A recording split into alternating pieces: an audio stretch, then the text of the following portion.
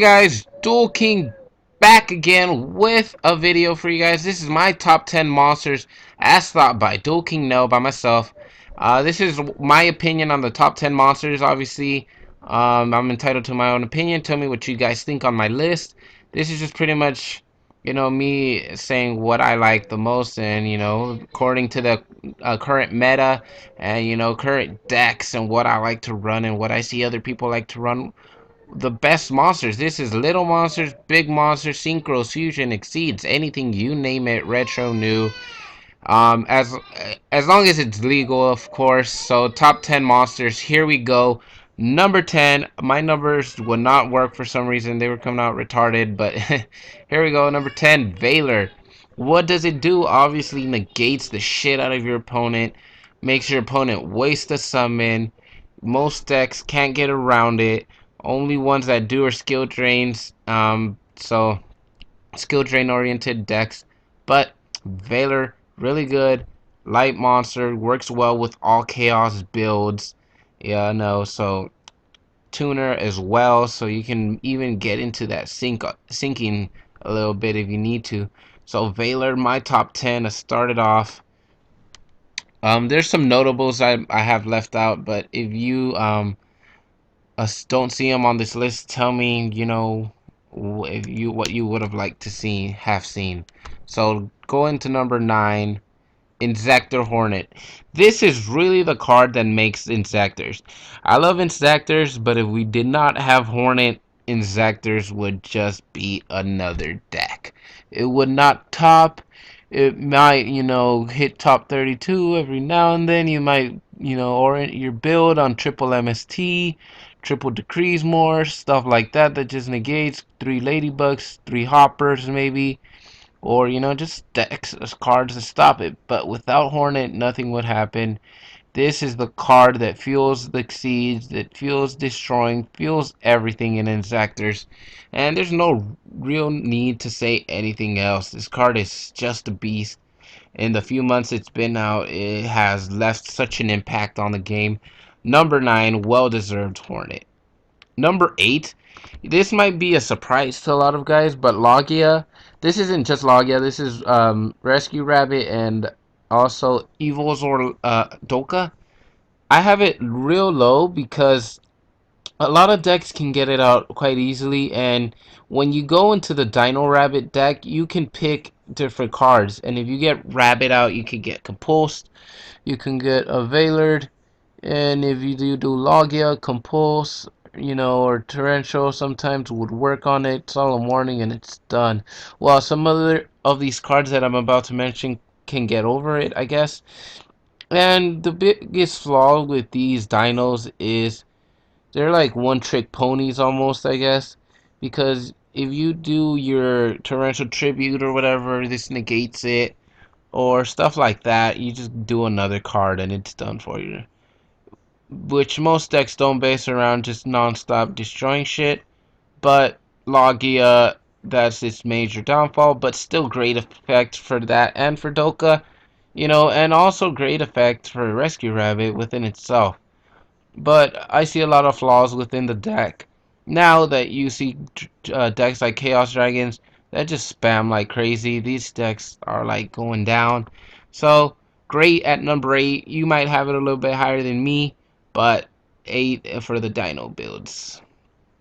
7, Judgment Dragon. Judgment Dragon has been probably number 1 or 2 on my list in the couple years back when Lightsworns were so heavy, were so strong, were like winning a lot. But now Judgment Dragon has kind of seen a downfall because of the Lightsworns being, the actual deck not being run. But now that we have decks like Chaos Dragons and builds like that that can incorporate one, I think Judgment Dragon is making a slow comeback. Light Ray Sworns also try to use it. So a lot of variant builds on Judgment Dragon, trying to incorporate one of the greatest monsters of all time. All you have to do is pay 1,000, destroy everything they have on the field, and as well as yours, and you got yourself a Judgment Dragon. 3,000 beat stick. If for some reason you have one or more even in your hand, you pretty much game the person, unless they have some kind of battle fate or some gourds or some shit to protect their ass, which they usually don't.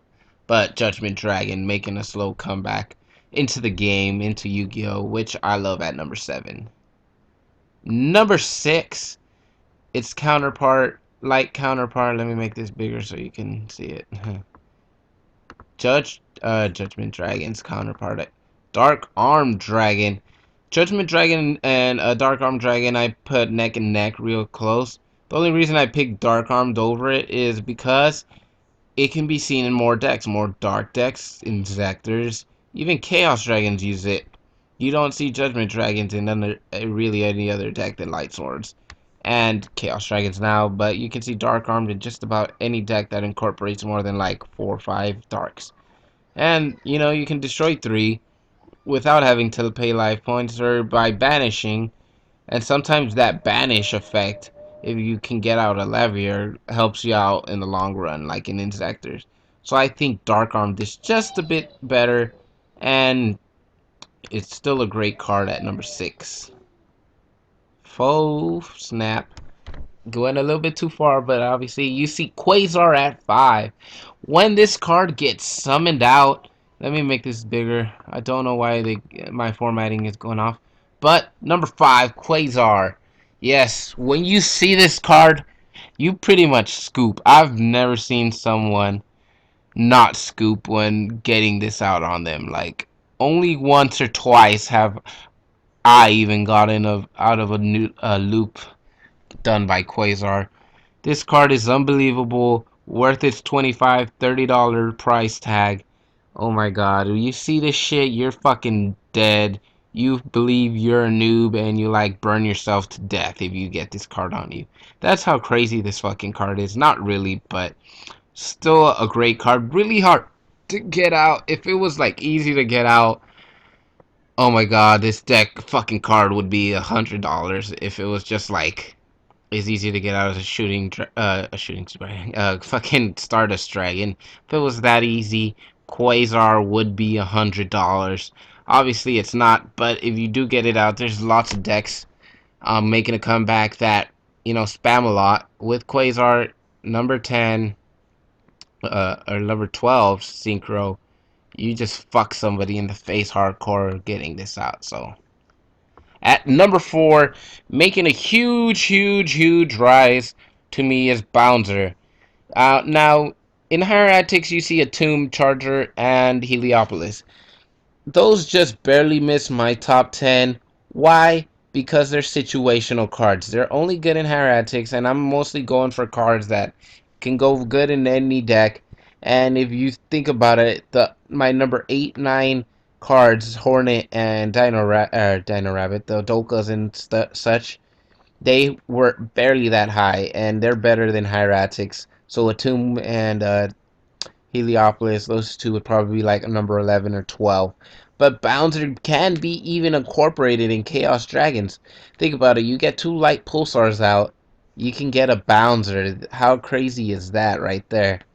You can get it in Hieratics, you can get it in various decks, you can get it in Gaga Chaos, many decks that just beat the crap out of people. Photon Strike Bouncer, one of my favorite cards, and number 4 for a good reason.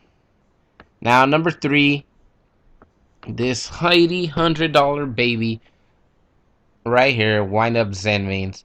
Why? It's a staple in practically every deck. Every deck that exceeds, which is like every top meta deck of the day, uses a Zenmaines. Or even 2. I've even seen decks with 3. Why? Because it's so easy to get out. Tour Guide, or Tour Guide Sangan, Zenmaines. What? And what do you have? 3 little stalls. And how can you stop this? Maybe Solemn Warning, yes, pay 2,000. Solemn Judgment, pay half your life points. Compulse, cool. Most people don't run Compulse. So, there's not many outs to this card. There are a few, but it forces your opponent to use them. And if they don't have those sets, or they don't have them in use, then, Zenmaines just beats the shit out of you. and stalls you. So Zenmaines is a really amazing card. Still worth almost $100. Why? Because it's obvious why. Number 2, bet you didn't guess this one. Tour Guide. Yes, Tour Guide. As much as people hate it, even in reprints, more people are using it now. Why? Normal summon, special summon, special summon. You got yourself an Acid, Levier, Giga Brilliant, Leviathan. You got so many abilities you can do with this little baby right here. Once $150 card, nearly 200, now $30 for a rare, 40, 50 for a star foil, and even what 80, 90 for a secret rare. It's worth its price even after being reprinted because Tour Guide just summons your best monster, summons your Zenmain, summons your Levier, bring back your Banish, whatever it is. This little bitch right here knows how to do it. She is so lovely, and because of it, number 2.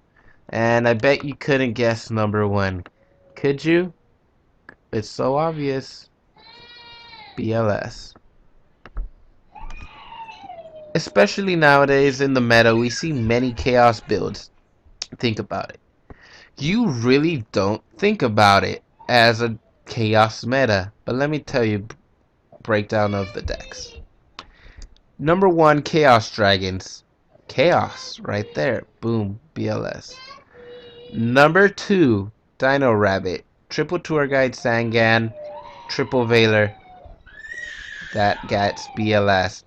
Number 3, in my opinion, Insectors. Put 3 Veilers, a Giga Brilliant. Maybe even if you have to side into Cyber Dragon, you have BLS. Boom.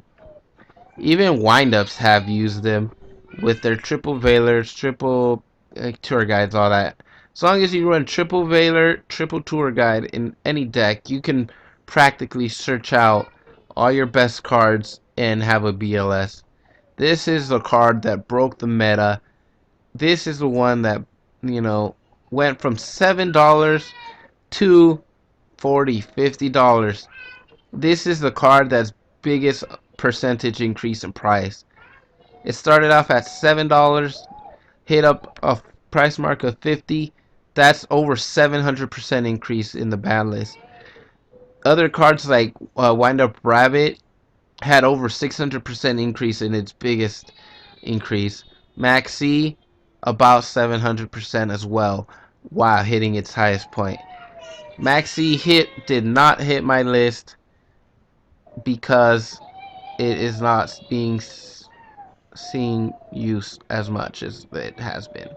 So thank you guys for watching. Tell me what you guys think of my list. See if I missed anything out. I believe I got a pretty accurate list of what I think is the best cards, monster cards in the game. So thank you guys for watching Duel King out, and maybe next time I will have the top 10 spells or traps. So thanks guys.